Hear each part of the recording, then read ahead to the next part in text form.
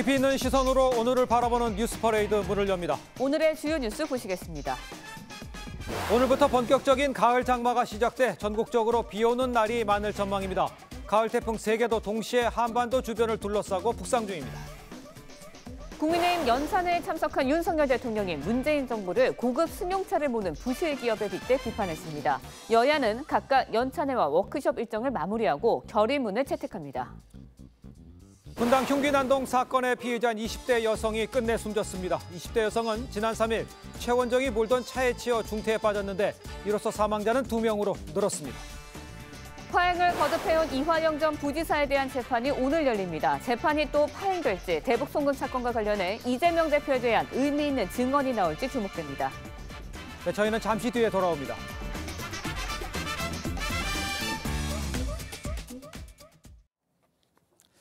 시청자 여러분 안녕하십니까? 뉴스퍼레이드 시작합니다. 가을 태풍 3개가 동시에 한반도 주변을 둘러싸고 북상 중입니다. 우리나라에 미칠 영향에 관심이 쏠리는데 이번 주부터는 가을 장마도 시작이 돼서 전국적으로 비 오는 날이 많을 것으로 보입니다. 현장 취재 기자 연결해서 기상 상황 알아보도록 하겠습니다. 자, 이태희 기자 먼저 서울 날씨 지금 어떻습니까? 네, 현재 서울엔 비가 내리면서 무더위는 한풀 꺾인 상태입니다. 이런 상황에서 한반도 남쪽에서 태풍 3개가 한꺼번에 발생을 했는데요. 경로가 유동적이라 각별한 주의가 필요하겠습니다. 현재 북상 중인 태풍은 9호 사울라, 10호 담레이, 11호 하이쿠이입니다. 9호 태풍이 발생한 뒤 나흘 만에 11호 태풍까지 잇따라 발생했습니다. 매우 강한 태풍인 9호 사울라는 내일 밤 대만 남쪽을 지나 중국 남동부에 상륙할 것으로 보입니다. 10호 태풍 담레이는 오늘 밤 일본 동쪽 해상에서 소멸할 것으로 보여 우리나라에 영향을 주지는 않겠습니다. 11호 태풍 하이쿠이의 경로가 최대 변수입니다. 현재 괌 북서쪽 해상에서 이동 중인데 이번 주말 일본 오키나와에 바짝 다가갈 전망입니다. 이후 경로가 유동적인데요. 내일부터는 태풍 규모가 중형으로 커지겠습니다. 이번 주에는 전국에 잦은 비가 내릴 전망입니다. 특히 오늘은 수도권과 영서 지역에, 내일은 남부와 제주 지역에 많은 비가 예상됩니다. 전남 동부와 경남 서부에는 최고 150mm 이상, 남부지방에는 120mm 이상 큰 비가 예상됩니다. 비가 내리면서 서울 낮 최고 기온이 26도에 머무는 등 비교적 선선한 날씨가 이어지겠습니다. 광화문 광장에서 TV조선 이태희입니다. 지난 3일 분당 서현역에서 발생한 흉기 난동 사건의 피해자 20대 여성이 끝내 숨졌습니다. 경기 남부경찰청은 어젯밤 9시 50분쯤 수원 아주대병원에서 치료를 받던 피해 여성 A씨가 사고 발생 25일 만에 숨졌다고 밝혔습니다. A씨는 당시 백화점 앞에서 최현종이 몬 차량에 치여 중태에 빠졌고 사망자는 A씨를 포함해 2명으로 늘었습니다. 어젯밤 10시 30분쯤 서울 고척동 다세대 주택에서 60대 여성이 남편에게 흉기를 휘두른 혐의로 체포됐습니다. 남편은 목 부위 등을 다쳐 병원으로 옮겨졌습니다. 경찰은 부부가 집안에서 말다툼을 하다 폭행이 일어난 것으로 보고 아내를 현행범으로 체포했습니다. 어제 오후 3시쯤 인천 성남동의 한 마트 앞 도로에서 술에 취한 40대 남성이 직원과 손님을 위협하며 흉기 난동을 벌였습니다. 남성은 이후 도주했다 2시간 만에 경찰에 체포됐고 다행히 다친 사람은 없었습니다. 경찰은 남성에 대해 구속영장 신청을 검토 중입니다. 파행을 거듭했던 이화영 전 경기도 평화부지사의 재판이 오늘 열립니다. 대북 송금 사건과 관련해 이재명 대표에 대한 의미 있는 법정 증언이 나올지 관심이 집중됩니다. 한송원 기자의 보도입니다. 이화영 전 부지사는 지난 6월 검찰 조사에서 쌍방울의 방북 추진 요청 내용을 당시 이재명 지사에게도 보고했다고 새롭게 진술했습니다. 검찰은 지난달 이 전 부지사의 바뀐 진술 내용을 재판에서 추가 증거로 내놓으면서 재판은 새 국면을 맞았습니다. 이 전 부지사의 아내는 일부 변호인단과 검찰의 회유 때문이라며 바뀐 진술을 부인하는 옥중 편지까지 내놓았지만 이 전 부지사는 자신의 뜻이 아니라고 해 논란이 됐습니다. 저는 모르겠어요. 왜 저 사람이 저렇게 됐는지 모르겠습니다. 이후 한 달 넘게 변호인단과 검찰이 대립하면서 재판이 공전되고 있는 겁니다. 직전 재판인 지난 22일 오전 재판도 공전됐지만 재판부가 직권으로 국선 변호인을 지정 선임해 가까스로 김성태 전 회장 증인 신문을 진행했습니다. 김 전 회장은 이 재판에서 2021년 7월 지난 대선 민주당 경선 당시 이재명 후보 캠프에 1억 5천만 원을 쪼개기 후원했다고 주장했습니다. 이전 부지사로부터 이 대표도 알고 있다는 말을 들었다고도 덧붙였습니다. 황당한 얘기죠. 오늘 재판도 우선 국선 변호인이 출석해 진행될 것으로 보입니다. 검찰은 증거 능력이 인정되는 법정 증언으로 이전 부지사의 바뀐 진술을 다시 이끌어낼 계획입니다. 이재명 대표 소환을 앞둔 만큼 이전 부지사의 법정 증언에 따라 검찰 수사 방향도 달라질 수 있습니다. TV조선 한송원입니다. 자, 전해드린 대로 이 한 달 넘게 파행을 거듭해온 이화영 전 부지사의 재판 오늘 다시 열릴 예정입니다. 네, 관련 내용 백성문 변호사, 장현주 변호사와 함께 자세히 짚어보도록 하겠습니다. 안녕하십니까? 안녕하세요. 반갑습니다.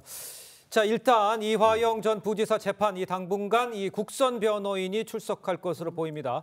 오늘 재판 국선 변호인이 이제 출석을 하니까 네. 일단 진행은 됩니까? 일단 오늘은 변수는 없을 것 같아요. 네. 오늘은 진행은 될 것 같습니다. 일단 네. 이게 한 달 넘게 파행이 됐던 건 기억하시겠지만 지난달 25일에 네. 일단 이화영 부지사의 부인이 이화영 부지사와 법정에 설전을 벌이면서 해광에 대한 사임의사를 표시했다. 이걸 가지고 하루 공전이 됐고 맞아요. 그리고 두 번째 지난달 8일이었나요? 지난달 8일 재판에서는 덕수의 김영태 변호사가 나와서 또 검사와 설전을 벌이다 본인이 사임하면서 또 재판이 공전이 됐고 저번 재판 22일에는 그 해광 변호사 측에서 아니 와이프하고 이화영 부지사하고 관계가 정리가 안 됐기 때문에 사과를 원했는데 사과가 없었기 때문에 네. 우린 못하겠다 그래서 또 없었어요. 근데 이 변호사가 없으면 재판할 수 없는 사건입니다. 필요적 변론 사건이라고 해서 네. 그래서 재판부도 이제 더 이상 공전이 돼서는 안 된다. 왜냐하면 구속 사건이기 때문에. 그렇죠. 그래서 이제 국선 변호인 선정을 했는데 하나 변수는 국선 변호인이 사건 파악을 하기에 시간이 너무 부족합니다. 그래서 오늘 재판은 정상적으로 열리되 예. 이화영 부지사가 이재명 대표에게 보고했다라는 취지의 기사들, 검찰 단계에서 진술했다는 그 내용이 맞는지 맞지 않는지에 대한 확인 작업 정도가 이루어지지 않을까. 그것도 굉장히 중요한데. 그게 어찌 보면 지금 시점에서 굉장히 중요한 것이죠. 맞습니다. 네, 앞서도 말씀해 주셨지만 그동안 재판 한 달 넘게 파행이 됐습니다. 네. 조금이라도 이득을 본 쪽이 있을까요? 사실 이 재판에 국한한다면, 즉 이화영 전 부지사의 재판에 국한하고 또 법률적인 측면에서만 본다면 누가 이득을 얻었다라고 단정하기는 어렵습니다. 예. 다만 검찰 측의 주장은 이 재판이 공전됨으로써 고의적으로 재판을 지연하려고 예. 하는 의도가 있는 것이 아니냐라는 의심은 계속 있다라는 것이 검찰 측의 입장이고요. 예. 검찰은 더 나아가서는 결국 이화영 전 부지사가 아니라 그 뒤에 배후에 있다라고 여겨지는 이재명 대표 측에 이 재판 지연에 이득이 가는 것이 네. 아니냐라는 의심이 깔려 있는 것으로 보입니다. 예. 일단 오늘 재판이 진행되게 될 테니까요. 그 재판 내용에 따라서 또 검찰 측의 주장은 계속 될 것으로 보입니다. 네. 그렇습니다. 그런데 이제 무엇보다도 이제 이화영 전 부지사가 재판에서 어떤 입장을 낼지 이게 지금 관심사잖아요. 그동안 진술이 좀 오락가락했다는 지적도 있습니다만 오늘 재판에서는 어떤 입장을 낼까요? 일단은 지켜봐야겠습니다만 예. 지금까지 변호인 사임과 해임 과정, 그 과정에서 이화영 부지사가 냈던 입장들을 고려한다면 네. 이화영 전 부지사는 어쨌건 본인이 검찰에 들어가서 네. 이재명 대표에게 보고했다는 취지의 진술을 할 때 옆에 있었던 해광 측 변호사와 함께하고 싶다는 얘기를 계속 해왔죠. 그렇습니다. 네. 근데 이화영 부지사의 부인이나 저번에 나왔던 덕수의 김영태 변호사는 그와 반대된 입장을 취했었고 예. 그리고 또 이화영 부지사는 본인은 여전히 해광 측 변호사랑 하고 싶다, 사선 변호인과 하고 싶다는 입장을 밝히고 있다면 네. 지금 이런 일련의 과정을 보면 이화영 부지사 측에서는 아마도 기존의 검찰에서 진술했던 입장을 유지할 가능성이 굉장히 많다. 그러니까 이재명 대표에게 보고했다는 진술을 유지할 가능성이 매우 높다 이렇게 보고 있습니다. 그렇군요. 네, 보고했다고 진술을 유지할 가능성이 높다고 말씀해 주셨는데 오늘 재판에도 이렇게 같은 말을 한다면 이재명 대표에게는 어떤 영향을 주게 될까요? 사실 이화영 전 부지사의 진술의 핵심 내용은 결국 쌍방울에 방북 요청했다는 한 꼭지와 그리고 그것을 이재명 대표에게 보고했다 이 두 가지 측면이 됩니다. 예. 사실상 뒷부분이 더 중요한데요.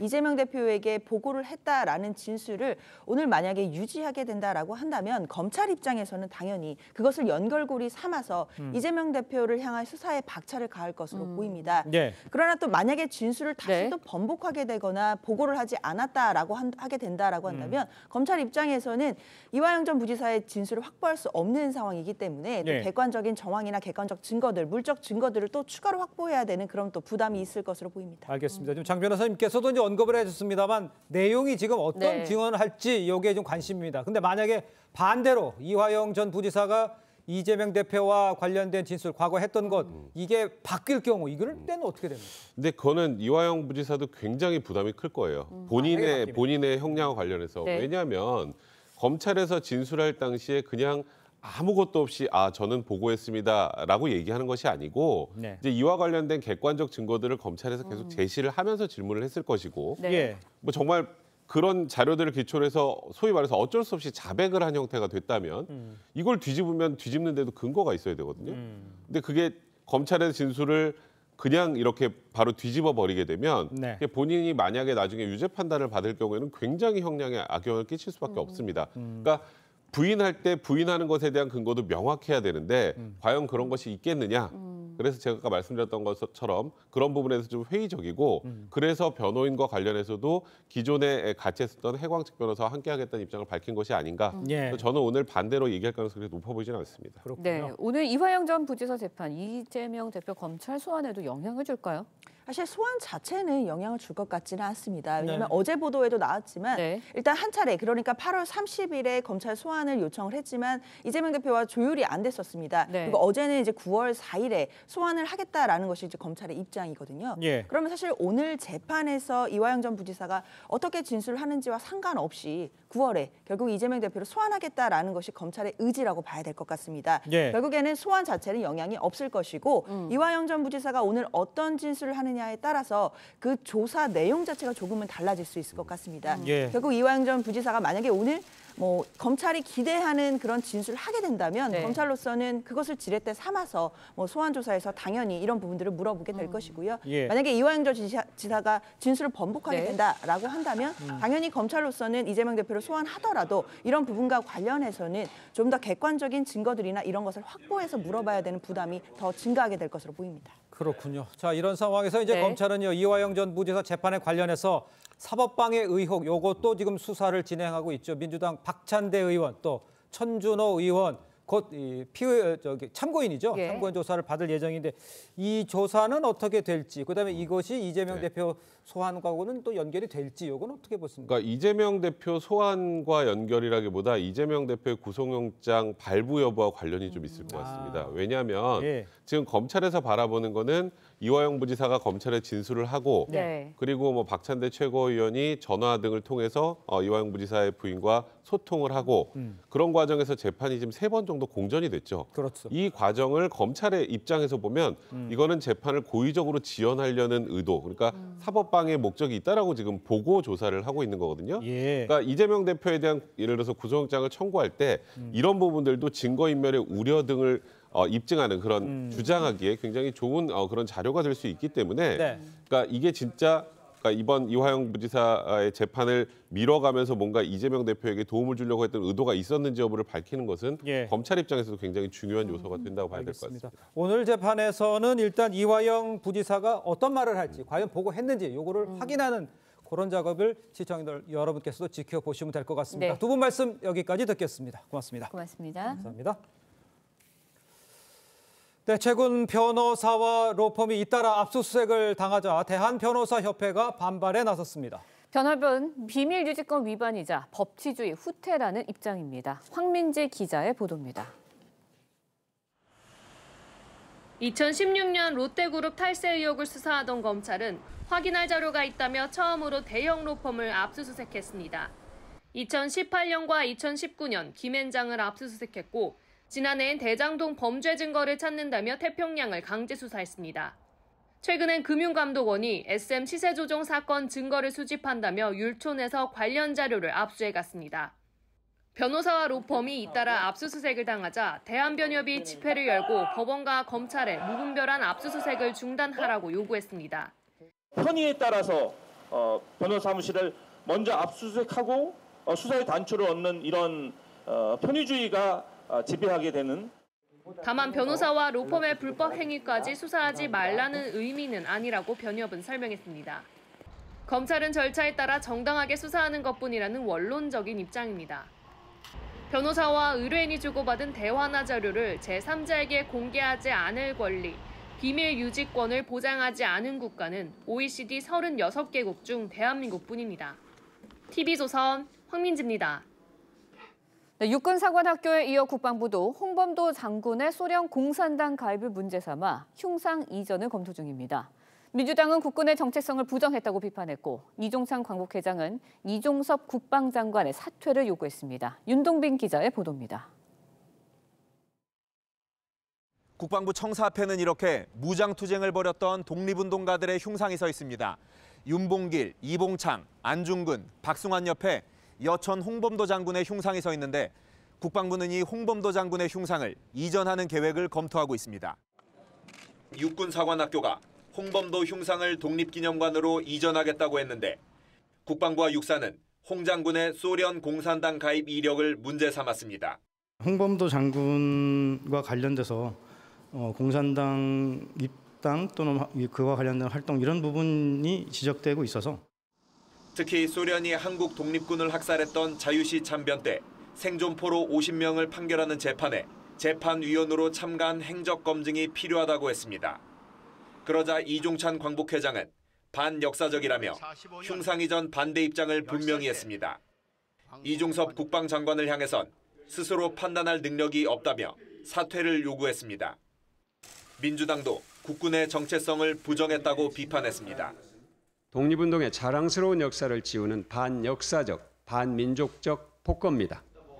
여당은 철거가 아닌 이전이라며 정쟁으로 몰지 말라고 했고 사안에 대한 실체를 정확히 국민들에게 마르지 않고 오로지 정쟁으로 일관하는 민주당식 선전선동이다라고 저는. 대통령실은 논란에 대한 즉답을 피했습니다. 그거는 육사하고 국방부에서 알아서 할 거예요. 대통령실에서 이래라 저래라 하는 것처럼 하는 거는 모양이 좀 좋지 못한 것 같아요. TV조선 윤동빈입니다. 네, 광주에서는 북한과 중국 인민군 군가를 작곡한 음악가 정률성 기념공원 반대 집회가 열렸습니다. 한국전쟁 당시 중공군으로 서울까지 왔던 정률성이 조선 궁정압부를 빼돌렸다는 기록도 공개됐습니다. 이태영 기자의 보도입니다. 참전 영웅들을 모욕하는 광주시는 모든 기념 사업을 즉각 철회하라! 철회하라! 철회하라! 광주시청 앞에선 상위 군경회 등 보훈단체의 정율성 공원 반대 집회가 하루 종일 이어졌습니다. 북한의 연평도 포격 당시 전사한 광주 출신 서정화사의 모친도 참석했습니다.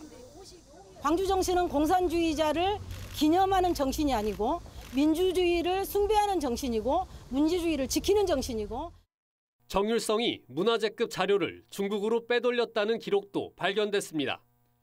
2017년 문재인 정부 당시 보훈처는 정율성 서훈 자료에 북한군 선전부장이었던 정율성이 한국전쟁 초기에 중공군으로 서울까지 내려왔다고 기록했는데 정율성은 이후 일사후퇴 때 북으로 돌아가면서 종묘 제례악 등 조선 궁정악보를 가져갔습니다.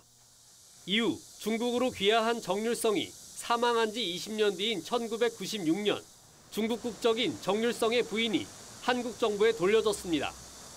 전남 순천 호남 학도병 행사에 참석한 박민식 보훈부 장관은 정률성 공원 건립을 막겠다고 했지만 정률성 그런 역사 공원 반드시 저지할 생각이고 그 부분에 대해서는 정말 2번, 3번, 100번이라도 제가 직을 걸 각오입니다. 광주시는 여전히 공원 건립 입장을 고수하고 있습니다. 광주 시민들이 뜻을 모아서 해왔던 그런 일이고 하나도 부끄럽거나 잘못됐거나 이런 사업이 아니기 때문에 이런 일은 당당하게 하는 것입니다. TV조선 이태형입니다. 5번째 소환조사를 앞두고 검찰과 이재명 민주당 대표가 주고받기식 신경전을 지금 이어가고 있습니다. 이 대표가 다음 달 국회 본회의가 열리지 않는 날을 골라서 나가겠다고 하자 이 검찰은 4일에 출석하라고 통보를 했습니다. 지선호 기자입니다. 검찰이 쌍방울 그룹의 대북 송금 사건과 관련해 이재명 더불어민주당 대표에게 출석을 요구한 날짜는 다음 달 4일. 앞서 검찰은 이번 달 30일에 출석을 할 것을 요구했지만 이 대표 측은 일정상 시간을 내기 어렵다며 당장 조사를 받으러 가겠다고 팽팽히 맞섰습니다. 검찰은 다음 주에 조사를 희망하고 있지만 당무 등으로 전혀 시간을 낼 수 없다. 내일 오전에 바로 조사받으러 가겠다는 입장을 밝혔습니다. 검찰이 반발하자 어제 다시 9월 셋째 주 출석 의사를 밝혔고 이에 검찰이 4일 출석을 통보했습니다. 1일 정기국회 본회의 개회식이 시작하면 8일까지 본회의 일정이 이어집니다. 이재명 대표는 무도한 정권의 칼날을 피하지 않을 것입니다. 이재명 대표는 9월 정기국회 본회의가 없는 주간에 검찰에 출석할 것입니다. 국민의힘 대변인실은 검찰 소환 조사가 말 한마디면 자리 비워두고 기다리는 식당 예약쯤 되는 줄 아는 모양이라고 비판했습니다. TV조선 지선호입니다. 자, 전해드린 대로 민주당 이재명 대표의 대북 송금 의혹 관련 소환 날짜를 놓고 검찰과의 신경전 가열되고 있습니다. 두 분과 함께 정치권 소식 자세히 짚어보겠습니다. 노동일 파이낸셜 뉴스 주필 김상일 전 민주당 부대변인 나오셨습니다. 안녕하십니까? 안녕하세요. 네, 반갑습니다. 자, 민주당 검찰이 이재명 죽이기에 나섰다면서 9월 정기국회 회기 중에 본회의가 없는 주에 출석하겠다 이런 입장을 밝혔습니다. 먼저 브리핑 내용 직접 들어보겠습니다. 이재명 주기 소환 조사를 강력히 규탄합니다. 이재명 대표는 무도한 정권의 칼날을 피하지 않을 것입니다. 이재명 대표는 9월 정기국회 본회의가 없는 주간에 검찰에 출석할 것입니다. 9월로 넘어가서 9월 본회의가 없는, 그러니까 9월 11일주 정도 될 것 같습니다. 자, 직접 들어보셨습니다만 이 민주당 이 대표가 국회 본회의가 없는 9월 11월 주에 출석하겠다 이렇게 했습니다. 하지만 검찰이요 다시 9월 4일에 출석하라 이렇게 통보를 했습니다. 소환 날짜를 놓고 지금 이날 나와라 저날 나오겠다 이렇게 계속 오고 가고 있는 상황인데 이번 9월 4일 이번에는 더 바꿀 수 있습니까? 이번엔 나가야 됩니까? 어떤 상황이라고 보면 됩니까? 글쎄요. 예, 검찰과 피의자 간에 소환 일자를 놓고서 뭐 얼마든지 조율을 할 수 있겠죠. 조율은 할 수 있죠. 네네. 뭐 처음 소환 통보한 날짜에 약속이 있다거나 네. 뭐 급한 일이 있다거나 하게 되면 얼마든지 조율할 수 있는데 이같이 뭐 왔다 갔다 신경전을 벌이는 건 좀 이례적인 거죠. 예. 8월 30일 날 출두하라니까 뭐 24일 내일 가겠다 하더니 뭐 다음부터는 이제 다시 날짜를 갖고 네. 신경전을 벌이는데 이재명 대표 측의 뭐 그 의도는 그렇겠죠. 이 문제는 정치적 사건이고 정치적 문제이기 때문에 예. 검찰 소환대로 끌려가지 않겠다라는 것으로 또 본인이 주도하는 모양새를 띄려고 하는 그런 건 분명히 알고 있겠죠. 예. 그래서 이제 4일 날 출두 안 하면 어떻게 되느냐. 검찰 소환에 반드시 출두해야 할 법적 의무는 없습니다. 그래서 만약에 이제 출두 안 하면 검찰에서 그러나 강제 수사할 수 있겠죠. 예. 검찰에 여러 번 출두하라고 소환을 했는데 피의자가 출두를 안 한다. 그러면 도주 우려가 있다 이렇게 돼갖고 체포영장을 발부받아서 강제 수사를 하는데 예. 9월 4일도 월요일이고 9월 11일도 보니까 월요일이거든요. 뭐 한 주 늦춰지는 게 뭐 대세에 큰 지장이 있겠습니까? 그리고 검찰이 또 체포영장을 발부받아가지고 강제 소환하는 것도 이건 또 모양새가 별로 좋지는 않으니까. 네. 검찰로서는 만약 4일 출두 안 하면 뭐 그 다음 주 조율해서 한번 하는 것도 큰 문제 없지 않겠습니까? 저는 그렇게 생각하는데 모르겠습니다. 검찰은 반드시 그 날짜 소환해야 되는 이유가 있는지 모르겠는데 예. 뭐 그렇게까지 뭐 체포영장 발부받아가지고 강제 소환하는, 강제 체포하는 예. 뭐 그런 모양새를 띠지는 않을 걸로 생각됩니다. 예. 다르게 또 날짜를 또 다르게 제한할 수도 있는 상황이라고 그렇죠. 그러니까 조율이 가능한 상황입니다. 얘기입니다. 알겠습니다. 자, 그런데 이제 여당에서는요, 이 대표가 이런 상황에 대해서 이 검찰 소환 조사를 식당 예약 정도로 생각하고 있는 거 아니냐 이렇게 비판을 하고 있는 상황이죠. 양측의 신경전을 김상일 전 부대변인께서는 어떻게 보십니까? 일단 이재명 대표는 뭐 조용히는 안 가겠다. 이거를 뭐 야당 탄압 그리고 불공정하고 과도한 검찰 수사 행태 이런 걸 가지고 좀 여론 환기를 좀 시키겠다 이런 의도가 좀 깔려 있는 것 같은데요. 네. 근데 제 생각에 이게 과연 민주당의 좋은 전략일까라는 건 좀 우려스럽습니다. 그렇습니다. 왜냐하면 기본적으로 지금 현실을 인정을 안 해서는 안 되는 거거든요. 지금 현 정권에 많은 문제가 드러나는데 그 문제에 대한 어젠다 세팅이 안 되고 있거든요. 네. 민주당으로서는 민주당의 어젠다가 세팅이 안 된다는 이 현실을 그러면 요인을 어디서 찾을 것인가 다시 한번 돌아봐야 하는 부분이 있는 것 같고요. 예. 두 번째는 이재명 대표가 저렇게 신경전을 벌임으로써 잃게 되는 게 뭐냐면 예. 동정표입니다. 동정표. 왜냐하면 힘 있는 사람으로 보이잖아요. 아직도 민주당은 힘이 있고 그 힘을 가지고 싸우는구나 이렇게 보이면 국민들은 기본적으로 약자가 당하는 것을 보호해주고 싶은 생각이 좀 있는데 그런 국민들을 멀리 떠나가게 하는 그런 거라서 저 개인적으로는 좋은 전략으로 보이지는 않는다 이런 말씀을 드리고 싶습니다. 알겠습니다. 자, 일단 이제 시청자들 살펴볼게. 9월에는 정기국회가 시작이 되는데 당초에 이 대표 측이 원했던 비회기 중 영장 청구는 힘들어진 상황이다 이렇게 볼 수가 있을 것 같습니다. 그러니까 이제 체포동의안이 표결에 붙여지는 상황은 피하기 어려울 거다 이렇게 봐야 되는 상황이라고 볼 수 있죠. 지금 상황은 그렇게 되겠죠. 예. 만약 이제 검찰이 처음 출두를 요구한 30일 날 뭐 전격적으로 출두해서 뭐 그날 조사를 받고 또 검찰이 그날 바로 구속영장을 청구하고 뭐 이렇게 하면 뭐 모르겠는데 지금 이미 그건 이제 10일을 떠난 거겠죠. 불가능한 일정이 돼버렸고요. 네. 그러니까 이제 9월 1일 정기국회가 시작이 되면 그 정기국회는 회기를 단축하거나 할 수 없는 거 아니겠습니까? 회기 100일로 정해져 있으니까. 그렇죠. 뭐 그런 상황에서 체포동의안 표결이 이제 반드시 돼야 될 상황인데 물론 이제 검찰이 구속영장을 청구한다면 그렇다는 얘기입니다. 네. 그런데 민주당에서는 계속해서 이제 지금까지 얘기해왔던 게 왜 정기국회 회기 중에 그 구속영장을 청구하려고 하느냐, 비회기 중에 해라 이렇게 얘기한 것은 표결을 하게 되면 또 당내 갈등, 분열이 있을 것이다 이런 얘기 때문 아니겠습니까? 그렇겠죠. 저는 근데 그게 좀 이해가 안 되는 부분이 이재명 대표가 계속해서 그 특권을 포기를 공언했지 않습니까? 체포동의안 뭐 이거 표결을 할 때 본인의 공언대로 신상 발언할 때 맞아 내가 지금까지 계속해서 이 특권 포기를 공언했으니까 모두 가결시켜 주세요라고 공언한다면 민주당 의원들도 뭐 비명 뭐 친명 고민할 필요 없지 않습니까?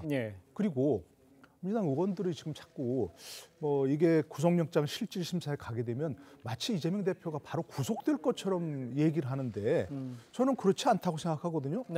체포동의안이 가결되더라도 이거는 구속영장 실질 심사하란 얘기지 바로 구속하란 얘기가 아니잖아요. 재판부에 가서 판단을 받아봐라. 그러니까요. 판사에게 가서 지금까지 이재명 대표도 그렇고 모든 그 민주당 의원들이 뭐라고 그랬습니까? 이건 검찰의 조작 수사고, 그죠? 또 심지어는 무슨 뭐라고 했습니까? 망한 소설이라고 했지 않습니까? 그렇습니다. 국민 앞에 그렇게 공언했다면 그 부분을 판사 앞에 가서 법관 앞에 소명한다면 법관이 어련히 잘 판단할까요? 근데 만약에 그런 말을 하기 어려운 얘기를 법관 앞에 가서 하기 어려운 얘기를 국민들 앞에 공언했다면 이건 안 되는 거죠. 법관 앞에 하기 어려운 얘기는 국민 앞에도 하면 안 된다고 그렇게 생각합니다. 알겠습니다. 민주당 연찬의 워크숍 이야기도 좀 해보죠. 현장에서 이제 비명계와 이제 친명계의 이야기가 막 오각산 이야기 있잖아요. 어떤 상황이었습니까? 그러니까 비명계에서는 지금 이재명 대표가 취임 1주년입니다. 그러면은 취임할 때에 모두가 출마를 안 하기를 바라고 대선 패배와 지방선거 패배에 대해서 책임을 져주기를 바랬거든요. 근데 그때 이재명 대표가 하신 말씀이 책임지는 방법이 여러 가지가 있다라고 하면서 본인이 당대표가 돼야 뭐 당의 지지율도 올라가고 다음 선거에서 승리할 수 있다 이렇게 얘기를 했어요. 그런데 지금 보면은 그렇지 않습니다. 취임 직후의 여론조사를 보면은 기본적으로 취임 직후에 31% 정도 나왔던 것이 지금 요즘의 여론조사를 보면은 23% 정도가 나옵니다. 지금 그 화면에 지금 나오고 있지만 NBS 여론조사죠. 근데 저 여론조사를 보면은 그럼 1년 동안 사실상 이재명 대표가 총선 승리를 위해서 당의 외연을 확장한 게 아니라 본인들의 강성 지지층 기반은 공고해졌지만 오히려 확장성은 줄어들었다 이렇게 볼 수 있고 그 얘기는 무슨 얘기냐면 총선 승리로 책임지겠다는 말에는 지금 실패하고 있다 이렇게 보여지는 겁니다. 그렇기 때문에 비명계에서는 이번 연찬회에서 이재명 대표가 물러나 줘야 총선에 승리할 수 있고 총선에 승리해서 민주당이 승리를 하면 그건 이재명 대표의 덕도 되는 것이니 이재명 대표가 살아올 수 있는 기반도 오히려 만들어지는 것이다. 궁극적으로 이런 얘기를 한 것이고요. 그리고 이제 친명계에서는 그게 아니다. 체포동의안이 오면은 이게 야당 탄압이니 당연히 똘똘 뭉쳐서 부결시켜야 되고 똘똘 뭉친 힘으로 총선에 승리할 수 있다. 이런 논리를 피고 있는 것입니다. 알겠습니다. 자, 이런 상황에서 이제 서른 의원이요. 이 대표가 심청이처럼 인당수에 이 몸을 던지면 왕비가 될 수 있다. 이런 발언을 했다고 합니다. 이 대표의 거취 결단 압박한 것으로 지금 해석이 되는데 지금 얘기하셨습니다만 취임하면서부터 책임 정치 이야기가 나오고 있는데 자기 친형, 이른바 개딸들을 모으는 여기에 집중되지 않느냐 이런 지적까지 해주셨습니다. 어떻습니까? 글쎄 이제 뭐 이른바 이제 서른 의원은 이른바 이제 비명계 뭐 이라고 할 수 있는데 비명계여서 그렇다기보다는 저는 민주당을 걱정하는 그런 목소리라고 생각을 합니다. 예. 그분들이 그야말로 이재명 대표가 처음 취임하기 전부터 선당무사를 했다면 네. 민주당도 살고 이재명 대표도 살았지 않겠냐 이렇게 생각을 할 수 있을 거고요. 예. 지금도 마찬가지입니다. 지금도 민주당이 지금 초거대 야당 아닙니까? 아마 이렇게 초거대 야당이 이렇게 있어 본 적도 예. 없는 그런 우리 정치사의 전무후무한 뭐 후무는 모르겠습니다. 뭐 어쨌든 그런 것들인데 예. 민주당 계열 정당과 국민의힘 계열 정당이 우리나라에서 지금 정권을 앞서거니 뒤서거니 서로 예. 교대에서 맡았고요. 우리나라 정치사에서 큰 족적을 남긴 그런 정당 아닙니까? 그런데 지난 1년 동안 뭘 했습니까? 그렇게 거대 의석을 가지고 알겠습니다. 국민을 위해서 한 것이 별로 기억이 안 납니다. 예. 왜? 어떤 법안을 내거나 어떤 행보를 보이거나 이건 다 이재명 대표를 방탄하게 그런 거 아니냐 이런 얘기가 나올 수밖에 없거든요. 예. 그러니까 지금이라도 저는 서른 의원 말대로 예. 이재명 대표가 정말 사직생의 자세로 나선다면 당도 살고 본인도 살 수 있는 길이 있지 않을까 싶긴 한데 서른 의원 말도 그렇고 저 말도 제 말도 그렇고 별로 울림이 없는 것 같아서 걱정입니다. 알겠습니다. 예. 일단 취임 1주년 기자회견이 지금 31일로 예정이 되어 있습니다. 어떤 말이 나올지 한번 지켜보도록 하죠. 자, 저희는 다음 소식으로 넘어가 보도록 하겠습니다. 윤석열 대통령이 지난해에 이어서 올해도 국민의힘 연찬회에 참석을 했습니다. 의원들을 격려하면서 당정 화합을 도모한 한편에 전임 문재인 정부를 향해서 아주 강한 비판을 쏟아냈습니다. 어떤 발언이었는지 먼저 듣고 오겠습니다. 돈은 없는데 사장이 어디 벤츠 600하고 뭐 이런 고급 승용차 막 굴리고 이런 식으로 해가지고 안 망하는 기업이 없지 않습니까? 하나하나 뜯어보면은 전부 이 회계가 분식이고 내실로 채워져 있는 게 하나도 없다 이 말입니다. 국가도 마찬가지입니다. 그야말로 국정 운영권을 가져오지 않았더라면 이 나라가 어떻게 됐겠나 하는 정말 아찔한 생각이 많이 듭니다. 자, 문재인 정부에 대한 비판, 제 생각에는 조금 강력했다 이렇게 보이는데 어떻습니까? 글쎄 뭐 많은 부분에서 동의할 수 있고요. 예. 저도 뭐 고개가 끄덕여지는 부분이 있는데 네. 지금까지도 저런 얘기를 하시면 좀 공감을 얻기 어렵지 않겠습니까? 어떤 면에서 그렇습니까? 취임 직후라면 모르겠지만 네. 지금 이미 정부가 정권 교체가 된 지 1년이 훨씬 넘은 시기 아닙니까? 예. 이제는 전임 정권 비판할 수 있는 시기는 지났다고 생각합니다. 국정 운영권을 가져온 지가 1년이 넘었으면 예. 이제는 저런 말보다는 그래서 정권 교체가 되었지 않느냐. 그래서 국민들이 정권 교체를 했지 않습니까? 전임 정부가 별로 잘 못했기 때문에 돈 없는데 고급 승용차를 굴렸기 때문에 예. 그러면 우리는 이렇게 하겠다. 그래서 앞으로 우리가 이런 부분을 더 잘해보자. 이런 비전을 나누는 게 필요한 그런 연찬회 아니었을까요? 예. 저는 그렇게 생각합니다. 예. 그러니까 저게 무슨 취임 직후 축하인이라면 뭐 저런 얘기가 충분히 가능한 얘기고 해야 할 얘기지만 이제는 국민들이 듣고 싶은 것은 우리는 어떻게 더 잘하겠다. 우리의 비전은 뭐다. 이런 좀 그런 얘기를 나눠줬더라면 뭐 하셨겠지요. 예. 뭐 중간 다른 전체를 다 못 들었으니까 그렇겠죠. 모르겠습니다만 네. 좀 그런 쪽으로 초점을 가져가는 게 훨씬 더 좋지 않았을까. 앞으로도 좀 그러시길 바랍니다. 알겠습니다. 자, 국정 운영권을 가져오지 않았다라면 나라가 어떻게 됐을지 아찔하다 이런 표현까지 썼습니다. 전체적으로 어떤 저 발표 내용에 대해서는 어떻게 이해를 하셨습니까? 저도 좀 과하다고 생각하는 게요. 네. 지금 국정 운영의 책임, 권한 모든 것을 윤석열 대통령이 가지고 계십니다. 그렇죠. 근데 본인이 생각하는 게 있다고 해서 그것만을 강요하거나 강조해서는 저는 안 된다고 보거든요. 네. 다른 사람들의 생각도 생각하면서 공감대를 확대하고 그 속에서 본인의 지지율을 바탕으로 성과를 보여주고 저는 이렇게 가야 된다고 생각하는데 예. 지금은 모든 것을 너무 편하게만 자기 생각을 구현하는 방식도 너무 편하게만 하시려고 하는 거 아닌가 이런 우려가 좀 듭니다. 예. 그러니까 다른 사람들이 좀 이야기하는 게 무엇인지 그게 좀 틀렸더라도 귀를 기울여주는 모습 이런 걸 보여준다면 예. 국민들은 굉장히 성의 있는 지도자구나. 그리고 굉장히 배려할 줄 아는 지도자구나. 그렇기 때문에 저런 자세이기 때문에 우리도 당연히 저기에 동조를 해주고 잘 되도록 해줘야 되겠구나. 이런 생각을 할 수밖에 없는 건데요. 그거보다는 지금의 모습은 예. 조금은 편하려고 하는. 근데 권력은요 편해서는 안 됩니다. 권력이 편하면 국민이 불편해지는 겁니다. 권력의 편안함은 국민의 불편 위에 쓰는 거기 때문에 예. 그런 생각을 좀 버려주시면 좋겠다. 알겠습니다. 이런 좀 안타까운 생각이 저는 좀 들었습니다. 알겠습니다. 일단 뭐 지지층 또 국민의힘 연찬회에서 했던 얘기니까 조금 보는 사람에 따라 시각은 좀 다를 수 있을 것 같습니다. 자, 일단 윤 대통령은요 후쿠시마 오염수 방류 이후에 처음으로 관련 입장을 내놓기도 했습니다. 이야기 듣고 오겠습니다. 저 후쿠시마 거기에 대해서 나오는 거 보십시오. 과학이라고 하는 거는 1 더하기 1을 100이라고 그러는 사람들이니까. 근데 이제 이런 세력들하고 우리가 또 싸울 수밖에 없습니다. 뭐 협치하는데 왼쪽 날개 오른쪽 날개가 힘을 합쳐가지고 성장과 분배를 통해가지고 발전해 나가는 것이지 우리는 앞으로 가려는데 뒤로 가겠다 그러면은 그거 안 됩니다. 자, 일단 교수님 보시기에 저 메시지는 야당을 향한 거라고 봐야겠죠? 그렇죠. 지금 현재 야당은 계속해서 뭐 과학으로 이게 전혀 문제가 없다고 많은 사람들이 얘기하는데도 불구하고 계속해서 뭐 핵폐수 이런 식으로 말을 하면서 뭔가 조금 국민들의 불안을 부추기고 있는 거 아니겠습니까? 그러니까 과학이라고 하는 것은 누구도 부인할 수 없습니다.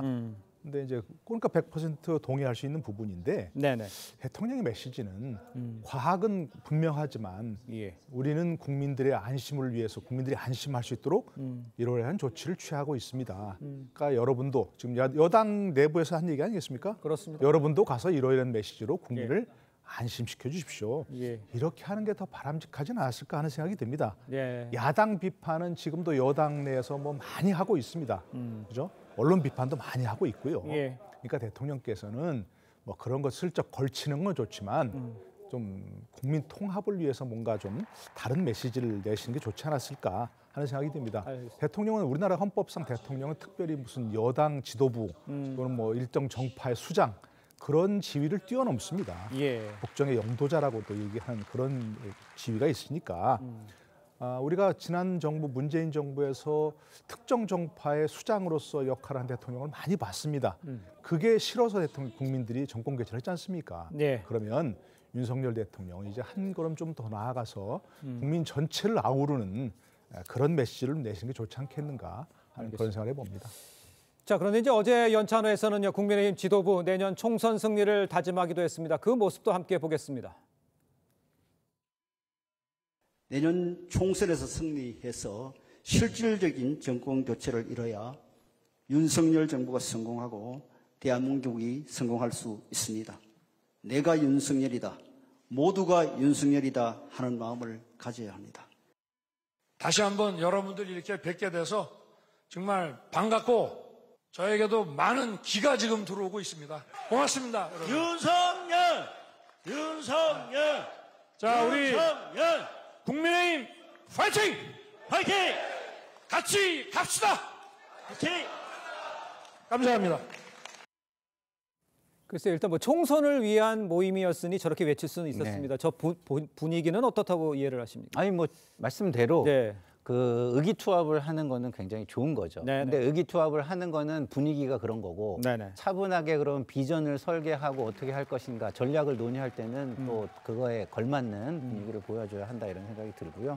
뭐 저런 모습 뭐 나쁘지 않다고 생각합니다. 본인들끼리 이렇게 또 서로 격려하는 모습. 근데 저것이 조금 더 확장돼서 국민들이 함께 할 수 있는 공간, 야당도 함께 할 수 있는 공간을 좀 더 논의해 줬으면 어땠을까 이런 아쉬움은 좀 존재하고요.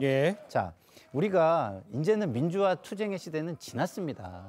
이제 민주주의를 운영하는 시대가 된 거예요. 근데 대통령께서 아무리 본인의 이제 그 지지층과 함께하는 자리지만 국민이 본인과 반대되는 목소리를 낸다고 싸워야 된다 이렇게 말씀하시는 거는 저는 조금 과하다고 생각합니다. 왜냐하면 반대의 의견을 가진 사람들도 국민입니다. 그들을 최대한 설득하려는 노력을 해서 안 되면 본인의 생각을 발표하고 그걸 집행한 후에 나중에 또 선거에서 심판을 받으면 되는 것이 민주주의 제도입니다.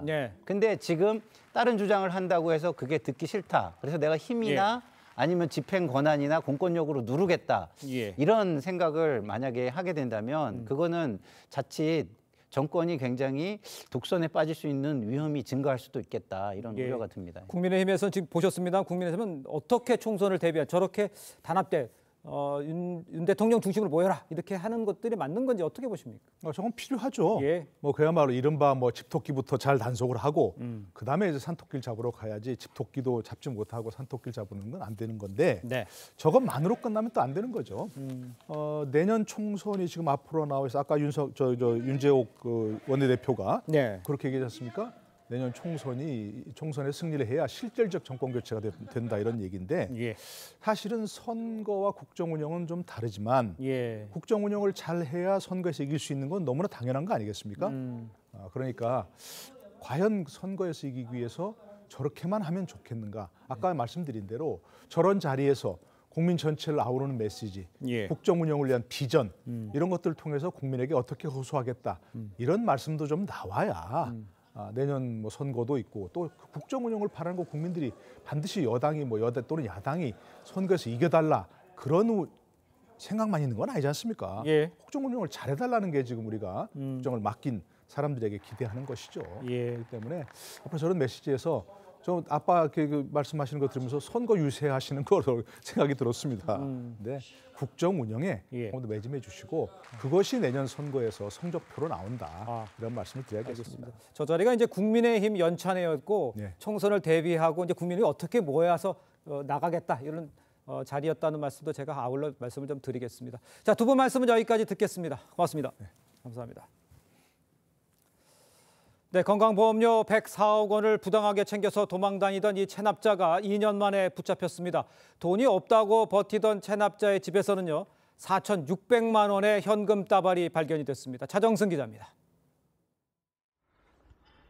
건보공단 현장 징수팀이 아파트 지하주차장의 잠복 끝에 104억 원 체납자의 모습을 확인합니다. 2년간의 추적 끝에 덜미를 잡은 겁니다. 이튿날 현장 징수팀 7명이 A씨 자녀 명의 아파트로 들이닥칩니다. 네, 건강보험공단입니다. 그냥 주차해주세요. 문 열어주십시오. 문을 열어주지 않자 경찰 입회하에 새 지렛대와 전동 드릴을 동원해 도어락을 부숩니다. 집안 곳곳을 샅샅이 뒤지자 A씨 부부가 따라다니며 방해합니다. 나는 오늘 건강보험 인감들 보고 나는 진짜 이기고는 좋겠어요. 지금 찍었죠. 어머니 손대지 마십시오. A씨는 2005년 불법 의료 생협을 만든 뒤 2014년까지 의료기관 5곳을 설립, 운영하며 104억 원을 부당하게 타냈습니다. 사기와 의료법 위반으로 징역 3년을 살고 2021년 출소했지만 돈이 없다며 한 푼도 내지 않고 버텼습니다. 돈이 있어서 왜 안 되겠어요? 하지만 집안에선 현금 4,600만 원, 상품권 등 5천여만 원이 발견됐습니다. 공단은 나머지 103억여 원도 끝까지 추적 환수할 계획입니다. TV조선 차정승입니다. 네, 추석 명절을 앞두고 정부가 소비 진작을 위해서 10월 2일을 임시 공휴일로 지정하는 방안을 지금 검토 중입니다. 네, 관련 내용 이인철 참좋은 경제연구소장과 함께 자세히 짚어보도록 하겠습니다. 안녕하세요. 안녕하세요. 2일 날 임시 공휴일로 지정되면 황금 연휴는 총 며칠이 되는 겁니까? 일단 공식적으로 이제 10월 2일이 월요일입니다. 네. 하게 되면 임시공휴일로 지정되면 6일. 일부 직장인은 연차휴가 낼 수 있어요. 연차휴가 내면 총 12일까지 10월 9일까지도 쉴 수 있는 직장인들이 있습니다. 사실 너무 경기 안 좋으니까 추석 연휴 좀 길게 잡아줄 테니 뭐 여행도 가고 소비도 하고 좀 값비싼 선물을 쓰면서 내수를 좀 진작하겠다라는 거거든요. 임시공휴일 누가 지정하느냐? 대통령 주재 이제 국무회의에서 정합니다. 정기적으로 매주 1회 오늘 열리고요. 또 시시때때로 사안에 따라서 열리기 때문에 아마 오늘 정도에 이제 지정될 것으로 보입니다. 네, 임시공휴일 지정 뭐 내수 경기 활성화 위해서 대책으로 꼽히고 있는 건데 과거에도 임시공휴일 지정을 했지 않았습니까? 그때도 경제적 효과 있었나요? 이 경제적 효과를 이제 수치화하는 것은 상당히 어렵습니다. 그럼에도 불구하고 이제 지난 2020년 8월 17일이 임시 공휴일로 지정된 바가 있어요. 이걸 이제 현대경제연구원이 경제적 타격 효과를 좀 계산해 보니까 약 한 4조 2천억 원 상당의 경제적 파급 효과가 있다라는 겁니다. 사실 임시 공휴일이라고 해서 모두 다 쉴 수는 없거든요. 그렇죠. 우리 국민의 절반 정도는 쉴 수 있다. 왜냐 네. 필수 가동 시설이 있습니다. 뭐 응급실, 철도, 항공 여기다가 반도체와 철강 같은 경우에는 24시간 돌아가거든요. 자, 그러다 보니까 2,500만 명 1인당 한 8만 4천 원꼴로 썼다. 이외에 이제 이 돈에 쓴 거기에 관련된 인건비라든가 재료비, 유통비, 간접적 파급 효과를 감안하게 되면 4조 2천억 상당인데 올해도 아마 10월 2일이 임시 공휴일로 지정이 되면 이와 비슷한 4조 원대의 생산 유발 효과가 있지 않겠느냐라고 이제 추산을 하고 있습니다. 어떤 분야에서 특히 특수를 누릴 수 있을까요? 6일 내지 12일 쉴 수 있으면 어디 가시겠습니까? 국내 여행 가시겠어요? 해외여행 가시겠어요? 해외여행 갈 사람이 있겠죠. 맞습니다. 해외로 빠져나갈까 봐 이게 또 걱정이에요. 그렇겠네요. 지금 실제로 이제 해외 관광업계가 반색을 하고 있습니다. 직장인들 설 휴가 내면 열 이틀 동안 쉴 수 있으니까 그동안 못 가봤던 미주, 유럽, 중남미 장거리 여행 코스가 지금 인기인데요. 실제로 SNS상에서는 임시공휴일 지정 소식을 듣자마자 해외 비행기표 알아봤다. 눈치 안 보고 쉴 수 있는데 좀 추천해달라라는 건데요. 실제로 한 여행사가 이제 황금 연휴 기간 동안 이제 해외 여행 상품을 비교해봤더니 장거리 상품 비중이 절반 이상을 넘어갔습니다. 특히나 이제 단거리 상품의 경우에도 일본의 오사카, 태국의 방콕의 경우에는 항공권 티켓의 경우에는 매진됐거나 웃돈이 붙고 있습니다.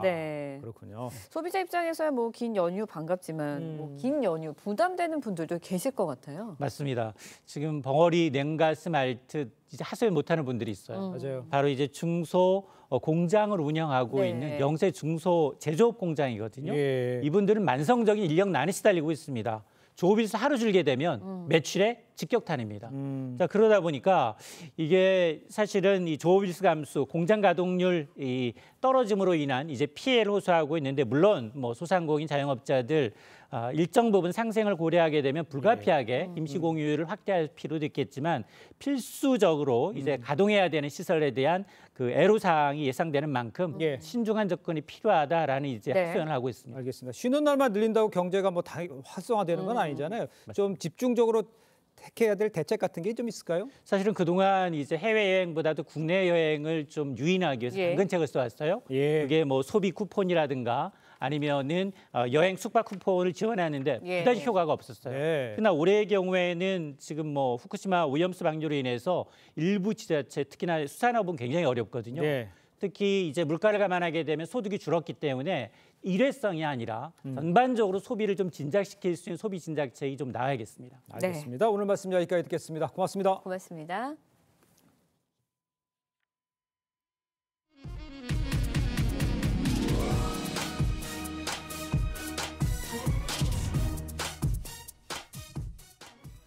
이탈리아 서북부 산악지대에 때 아닌 폭설이 쏟아지고 프랑스에서는 대규모 산사태가 일어났습니다. 황정민 기자의 보도입니다. 굵은 눈발이 쉴 새 없이 내립니다. 마을 전체가 하얗게 변했습니다. 이탈리아 서북부 알프스 산악지대 세스트리에레에 때이른 눈이 내렸습니다. 이틀 전만 해도 해변에서 물놀이를 즐길 여름철 기온이었지만 돌연 5cm 눈이 쌓였습니다. 이상 기후 현상은 올여름 이탈리아 곳곳에서 나타났습니다. 폭우를 동반한 우박이 쏟아지거나 빙하가 녹아내릴 정도로 극심한 폭염이 이어진 곳도 있습니다. Siamo qui vicino al ghiacciaio e non fa freddo. La neve che li copriva è quasi scomparsa. 이탈리아와 국경을 맞댄 프랑스 동남부 사보이 지역에는 폭염 뒤 폭우로 대규모 산사태가 일어났습니다. 현지 시간 27일 70만 리터에 달하는 바위가 차량이 달리고 있는 도로를 덮쳤습니다. 이로 인해 양국으로 가는 열차 운행은 무기한 중단됐습니다. TV조선 황정민입니다. 네, 렌즈에 담긴 그 순간 그 의미를 짚어보는 시간이죠. 사진기자가 선택한 아침의 한 장입니다. 오늘은 조선일보 사진부 조인원 기자와 함께합니다. 안녕하세요. 오늘 아침에 볼 사진 어떤 건가요? 네, 보라색 맹문동 꽃이 핀 곳은 충남 서천입니다. 지난 주말 충남 서천의 한 산림욕장에서 맹문동 꽃 축제가 열렸는데요. 보라색 물결이 화려한 늦여름 풍경을 사진으로 함께 보겠습니다. 맹문동 꽃축제가 열린 지난 주말 서천군의 한 산림욕장에는 많은 관광객들이 찾아 맹문동이 만개한 보라색 풍경에 빠져 꽃을 감상했습니다. 잎사귀나 난초나 부추처럼 사철 동안 푸른 잎을 유지하는 맹문동은 추위에 잘 견디는 보리를 닮았다고 해서 붙여진 이름입니다. 맹문동은 예로부터 약재로도 쓰였는데요. 기침이나 해열, 기관지에도 효과가 좋아서 선조들은 맹문동을 불사초로 부르기도 했습니다. 네, 그런데 얼핏 보면 맹문동은 라벤더와 비슷해 보이는데 어떻게 다른 건가요? 네, 맹문동은 보라색으로 만개한 꽃이 라벤더와 비슷해 보이지만 전혀 다른 식물입니다. 지중해가 원산지인 라벤더는 잎이 짧고 열매가 따로 없으며 추위에 약하고 햇빛이 잘 드는 곳에 자라지만 향기가 좋아서 향수나 차의 원료로 쓰이기도 합니다. 반면에 동아시아가 원산지인 맹문동은 긴 잎을 가졌고 까만 열매가 열리기도 합니다. 또 그늘에서도 잘 자라기 때문에 꽃말이 인내와 겸손이라고 합니다. 네, 생명력 강한 맹문동 보시면서 오늘 하루 잘 보내시길 바랍니다. 지금까지 아침의 한장이었습니다.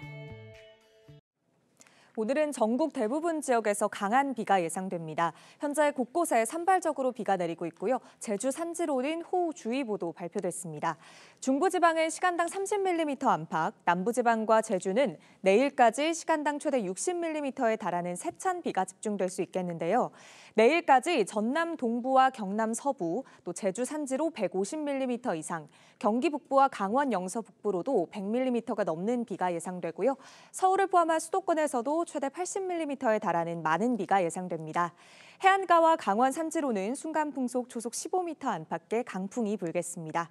오늘 한낮 기온은 서울이 26도에 그치면서 비교적 선선하겠습니다. 남부지방은 광주가 30도, 대구와 부산이 29도 보이겠습니다.